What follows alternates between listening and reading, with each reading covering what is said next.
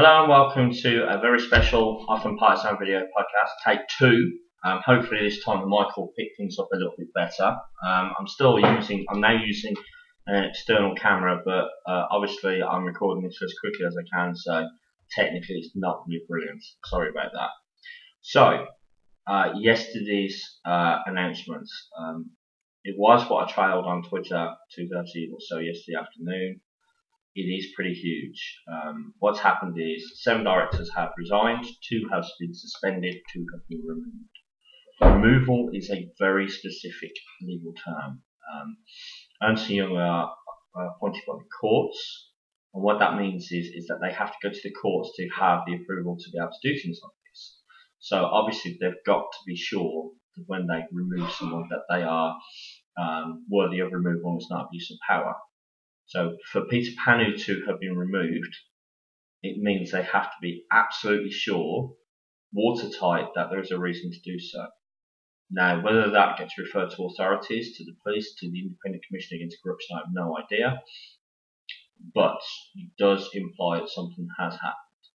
It also shows that it doesn't matter if you try to destroy computer equipment. If you try and lock up rooms and barricade them so that the receivers can't get into them, it won't work. The receivers will find all the skeletons in the closets, and the brown stuff will indeed hit the fan.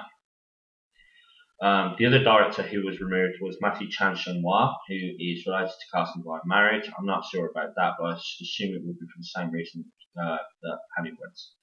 2 have been suspended. Anthony Chung Guinang, who is basically Pannu's best mate, believe it or not. And the other one will be Carson Wong. That's right, Carson Wong. He's been independent non-executive director for a while. Not entirely sure what's going on there, but it's all pending investigation. Now, the fact they've been suspended means that there's probably evidence against them, but they don't have enough to remove them outright. The investigations are still going on. Other directors have resigned. There's a reason for this as well, which is essentially, with the investigations going on, you don't want to be involved, you don't want to be there when it's happening. All of them that resigned were thanked by the receivers in the announcements, which I think says something. I think it also says something that Victor Ma and Panos are still directors of the football club, because that would only be with the blessing of Ernst & Young. That means Ernst & Young are happy that they are doing their jobs properly and that they will continue to do their jobs properly in being directors of the football club. And Andrews, nothing has changed. Directors remain the same. No points will be deducted by the looks of things. It's all good. Obviously, if that situation changes, then I'll update you. But as it happens, as it stands right now, everything is fine. So, we have 3 new executive directors on the board, being the 3 receivers. Stephen Liu, who's now executive director and chairman. David Yen, who is now chief executive officer and executive director. And Ku Chi-sung, who's the executive director.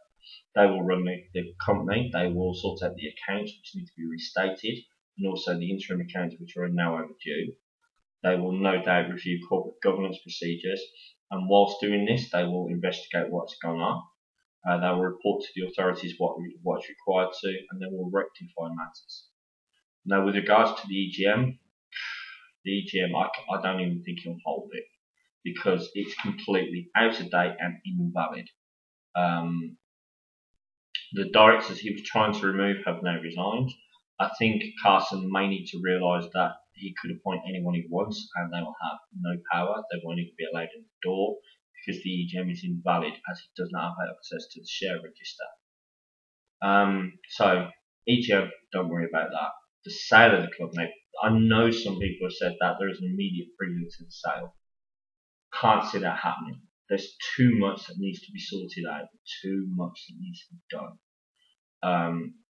When receivers are appointed, people assume that they're there to sell the assets.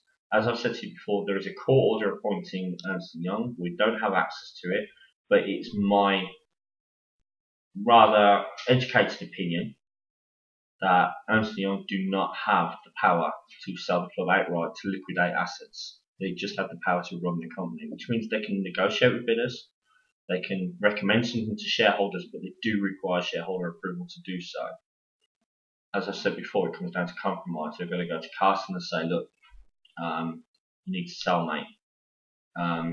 We can give you the list of the company. You walk away. Carson needs clean money.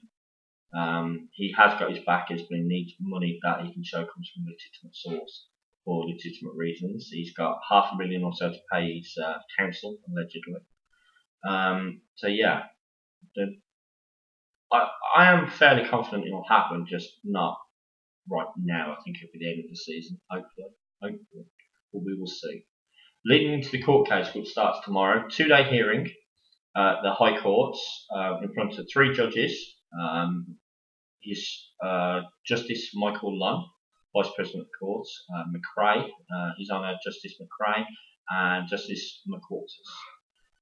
Lunn, you may remember, was quoting Seth on Morning Post as saying that Carson's appeal had no chance. Apparently, he doesn't think he's conflicted and he can sit in on this one. Kind of surprising to me, but there you go. Superstar lawyers come over from England for the trial. Obviously, both sides taking it very seriously. Sorry for the hearing, not for the trial. This is a film. I don't think we'll get an answer straight away after the end of the hearing.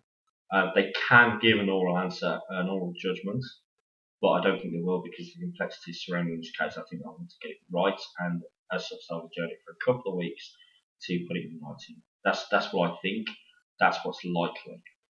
Hopefully, I'll have someone in the courtroom tomorrow to be able to give us an idea of what's going on, but we'll see. We will see. Hopefully, that is nothing more than a footnote, really, because I think the Carson era is finally coming to a close. Finally. As always, email me, almajir@oftenpartisan.co.uk. My web address and social media addresses are at the bottom in the description. I can't do the fancy graphics yet, but I'm working on it. Please drop me a line if you want to know what's going on.